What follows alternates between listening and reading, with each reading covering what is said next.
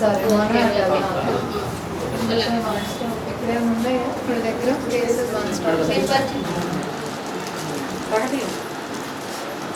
సిరికి వస్తుంది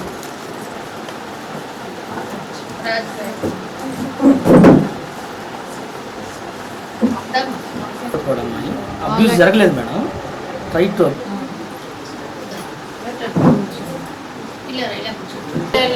bad touch good touch కూడా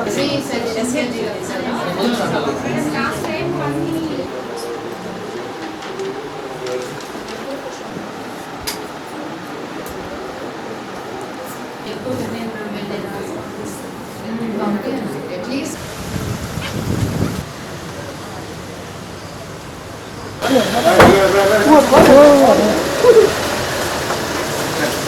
థ్యాంక్ యూ.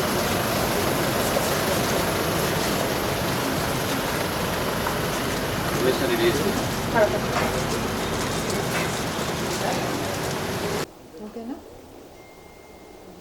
శ్రీ పొట్టి శ్రీరాముల నెల్లూరు జిల్లా ఇందుకూరుపేటలో నిన్న ఏదైతే జరిగిందో మీ అందరికి కూడా తెలిసే ఉంటుంది.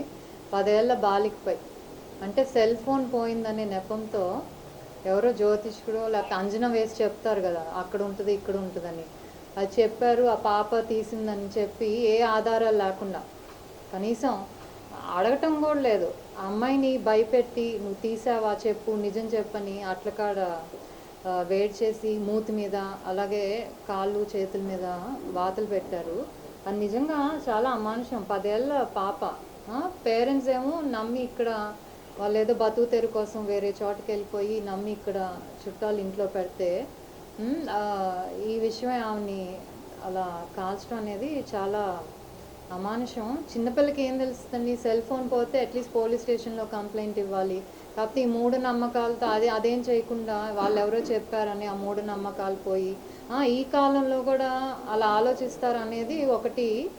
అండ్ ఆలోచించడమే కాదు, అలా ఆలోచిస్తే అసలు ఆధారాలు లేకుండా చిన్నపిల్లని కూడా చూడకుండా అమ్మాయి ఏం తీస్తారులే జస్ట్ అడుగుదాం అని కూడా కాకుండా అసలు యాక్షన్ తీసేసుకొని ఆ పాపని చేయటం చాలా అమానుషం.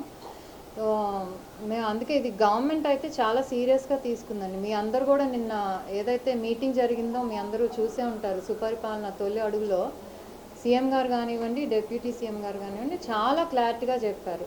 రాష్ట్రంలో ముఖ్యంగా మైనర్ బాలికల మీద కానీ ఆడవాళ్ళ మీద కానీ ఎక్కడ ఎలాంటి అన్యాయం జరిగినా అరాచకం జరిగినా చూస్తూ ఊరుకోము, పోలీసులకి ఫ్రీ హ్యాండ్ ఇచ్చారు. అప్పుడు లాస్ట్ టైం రాయలసీమ జిల్లాలో జరిగిన ఇష్యూలో కూడా ఆయన రియాక్ట్ అయ్యి పోలీసులు ఫ్రీ హ్యాండ్ ఇస్తున్నాము, ఇలాంటి మళ్ళీ జరగకూడదు రాష్ట్రంలో, మీరు ఏదైనా కేసు చాలా బలంగా పెట్టి పోలీస్ విధానంలో మీరు ఏం చేయాలో చేసి మళ్ళీ ఇలాంటివి జరగకుండా చూడదనే మెసేజ్ నిన్న చాలా క్లియర్గా అందరికీ పంపించారు. సో కమిషన్ కూడా అంటే అవేర్నెస్ ప్రోగ్రామ్స్ క్రియేట్ చేయడంతో పాటు ప్రివెన్షన్ ఈజ్ ఇంపార్టెంట్. కానీ ఇలాంటి కొన్ని మనం ఎంత ప్రివెంట్ చేసినా అవేర్నెస్ ప్రోగ్రామ్స్ చేసినా కూడా ఇలాంటివి జరుగుతూనే ఉంటాయి. సో అలా జరిగినప్పుడు వాటిని ఫాలో అప్ చేసుకొని అది సెక్షన్స్ కరెక్ట్గా పెట్టారా, వాళ్ళకి శిక్ష పడిందా, రిమాండ్ పంపించారా, మళ్ళీ ఇలాంటి జరగకుండా చూడటం అనేది మా బాధ్యత. సో ఆ విధంగా నిన్న జరిగిన ఇన్సిడెంట్, ఎందుకంటే స్కూల్కి వెళ్ళి చదువుకోవాల్సిన పిల్ల పేరెంట్స్ ఇక్కడ నమ్మి వదిలేస్తే అంటే కనీసం ఆమె చుట్టాల ఇంట్లో అటు ఇటు తిప్పుతూ చిన్న పనులు చేయించుకుంటూ మళ్ళీ దొంగతనం నెపం మోపి ఆ అమ్మాయి మీద అలా చేయటం అనేది అమానుషం.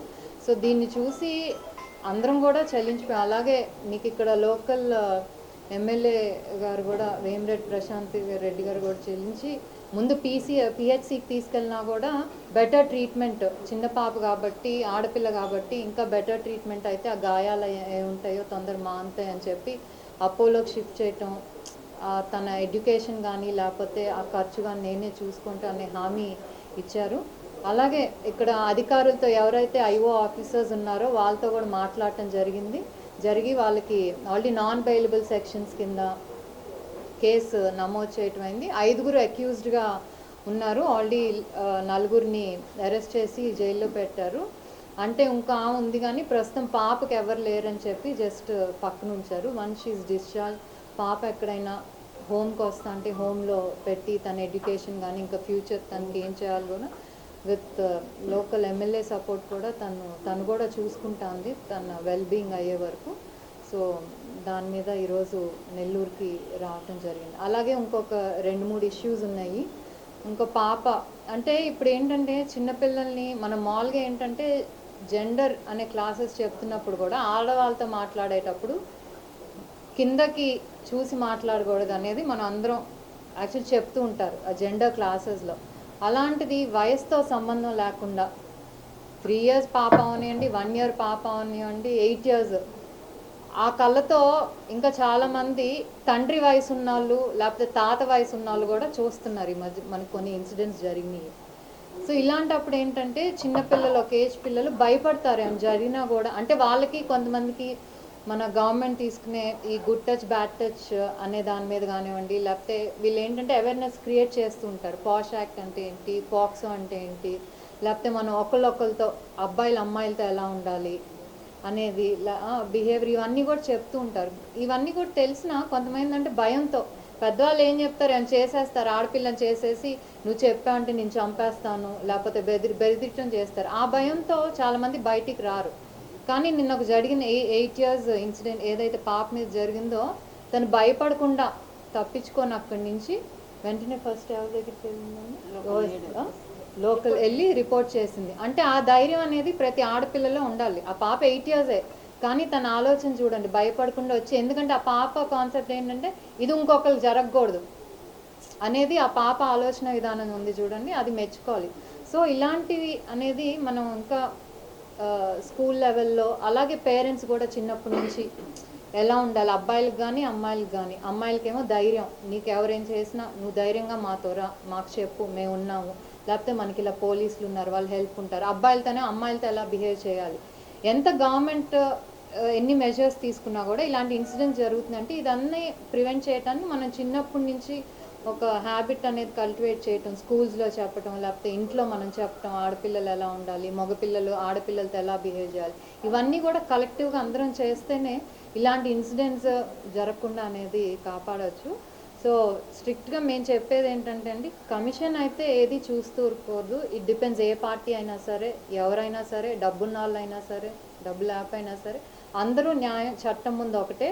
అదే ఇన్స్ట్రక్షన్స్ మాకు గవర్నమెంట్ నుంచి కూడా వచ్చినాయి. సో ఆ విధంగానే కమిషన్ ముందు పనిచేసుకుంటూ వెళ్తుంది. మహిళలపైన జరిగేటువంటి అత్యాచారాలు కావచ్చు, అదేవిధంగా వేధింపులు అంటే లైంగిక వేధింపుల పైన అంటే వాళ్ళు పోలీస్ స్టేషన్కి వచ్చినప్పుడు ఒక రాజకీయ ఇన్ఫ్లుయెన్స్ అనేది ప్రభావం అనేది చూపడం వల్ల కొంతమంది న్యాయం జరగడం లేదంటారు. మళ్ళీ వాటిపైన కమిషన్ రకమైన ఇప్పుడు ఇలాంటివి మా దృష్టిగా ఒకవేళ మాకు కూడా కంప్లైంట్స్ వస్తూ ఉంటాయండి. కొంతమంది అంటే they maybe first time complaints వస్తూ ఉంటారు. కొంతమంది ఏంటంటే మేము కంప్లైంట్ పెట్టినా ఇంకా యాక్షన్ తీసుకోలేదు, లేకపోతే పోలీస్ స్టేషన్ ఇంకా ఎఫ్ఐఆర్ ఫైల్ అయినా ఇంకా ఏం యాక్షన్ తీసుకోలేదు, వాళ్ళు బయటే దొరుకుతున్నారు. ఎందుకంటే వాళ్ళు మనీ ఇది చూపో లేకపోతే పెద్దవాళ్ళతో మాట్లాడించి ఇలా అంటున్నప్పుడు కూడా మేము డైరెక్ట్ అవన్నీ కూడా ఇట్ డజంట్ మ్యాటర్ ఎవరు ఇన్వాల్వ్ అయినా సరే, ఏ రాజకీయ పార్టీ ఇన్వాల్వ్ ఏదో ఇందాక చెప్తున్నా. ఎందుకంటే ఆ స్ట్రాంగ్ అండ్ క్లియర్ మెసేజ్ మాకు ఆల్రెడీ పైనుంచి ఉంది. లాస్ట్ 5 years ఎలా ఉండేది దాని గురించి అనవసరం, అప్పుడు మన అందరం చూసాం. బట్ ఇప్పటి నుంచి అయితే అది ఎవరైనా సరే, ఏ పార్టీ వాళ్ళైనా సరే డెఫినెట్గా యాక్షన్ అనేది ఉంటుంది. అది మా నోటీస్కి వస్తే మాత్రం డెఫినెట్లీ మేము పైన గవర్నమెంట్ ఆఫీషియల్స్తోనే మాట్లాడి ఇది యాక్షన్ శిక్ష పడాల్సింది అనేది మాత్రం మేము ఆ విధంగానే ముందుకెళ్తాం. పాస్టర్ సల్మాన్ రాజు మహిళలను ఉద్దేశించి అంటే మల్లెపూలు పెట్టుకున్న మహిళలు అంటే కొన్ని కించపరుస్తూ మాట్లాడారు. దాని పట్ల ఎప్పటికీ కూడా పెద్ద ఎత్తున ఏదైనా గవర్నమెంట్ నుంచి కానీ మహిళా కమిషన్ నుంచి కానీ స్పందించిన దాఖలు దీని పట్ల ఎలా ముందుకెళ్తారు? అంటే ఈ మధ్య ఇది చాలా అంటే ఫ్యాషన్ అనాలా మరేంటి, మేము మీడియాలో మాట్లాడితే మమ్మల్ని ఎవరేం చేయలేరు అనేది ఒక కామన్ ఇదైపోయింది. ఎందుకంటే రీసెంట్గా కూడా చూసాము, సమ్వేర్ 9th అనుకుంటా, 6th or 7th ఒక మీడియా ఛానల్లో ఆడవాళ్ళని పర్టికులర్గా ఒక ప్రాంతం ఆడవాళ్ళని ఎలా అన్నారు, దాని పర్యవసనాలు ఈరోజు ఆల్రెడీ ఒకరు బెయిల్ మీదకి వచ్చినా ఎవరైతే ఆ మాట అన్నారో ఇంకా హీజ్ అండర్ రిమాండ్. సో శిక్ష అనేది పడుతుంది. ఇప్పుడు ఏంటండి మన భారతదేశంలో చాలామంది ఉన్నాయి, ఎన్నో రిలీజియన్స్ ఉన్నాయి, హిందువులు, క్రిస్టియన్స్, ముస్లిమ్స్, ఒక్కొక్కరు ఒక్కొక్క సాంప్రదాయాన్ని ఫాలో అవుతూ ఉంటారు. దాన్ని బేస్ చేసుకొని అలా అంటాం అనేది చాలా తప్పు. అది ఆడవాళ్ళని డీఫేమ్ చేయటమే, అది డెరగేటరీ రిమార్క్స్. దానికి కొన్ని సెక్షన్స్ ఉన్నాయి, బిఎన్ఎస్ సెక్షన్స్ ఉన్నాయి.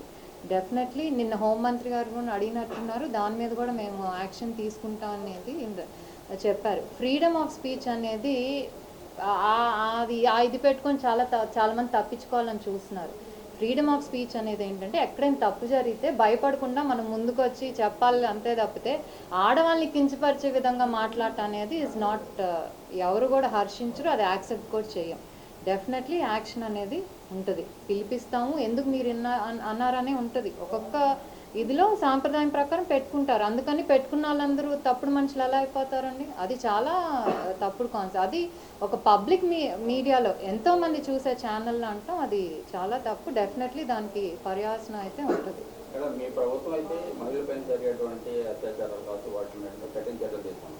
అయితే గత వైసీపీ ప్రభుత్వంలో చాలా మంది మహిళలు వివక్షతకు గురయ్యారు, అదేవిధంగా చాలా మంది బాధితులుగా కూడా మిగిలిపోయారు. మరి అలాంటి వాటిని మళ్ళీ ఏమైనా తిరిగి మీ ప్రభుత్వం? డెఫినెట్లీ అండి, వాళ్ళు వస్తే. ఎందుకంటే యాక్చువల్లీ చైర్పర్సన్ లాగా ఆల్మోస్ట్ సంవత్సరం పైనుంచి పోస్ట్ ఖాళీగా ఉంది.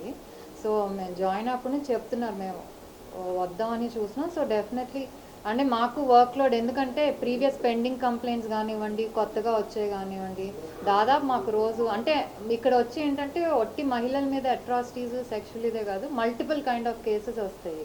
రేప్ విక్టిమ్స్ కానివ్వండి, లేకపోతే family issues, divorce cases.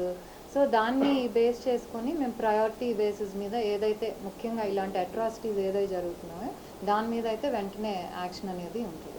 With definitely మాకు ఇప్పుడు వరకు జరిగిన ఇష్యూస్లో మేము ఏదర్ పోలీస్ డిపార్ట్మెంట్ నుంచి కానివ్వండి, లేకపోతే గవర్నమెంట్ నుంచి కానివ్వండి, ఎక్కడా కూడా ప్రెషర్ అనేది లేదు. We're given a free hand to work with women victims. And అవసరం అయితే ఆ ఇన్వాల్వ్ అయిన వాళ్ళని పనిష్ చేసే ఏదైతే ఎస్పీస్తో రికమెండ్ చేయించుకొని ఆ యాక్షన్ అయితే మాకు ఆ ఫ్రీడమ్ అనేది.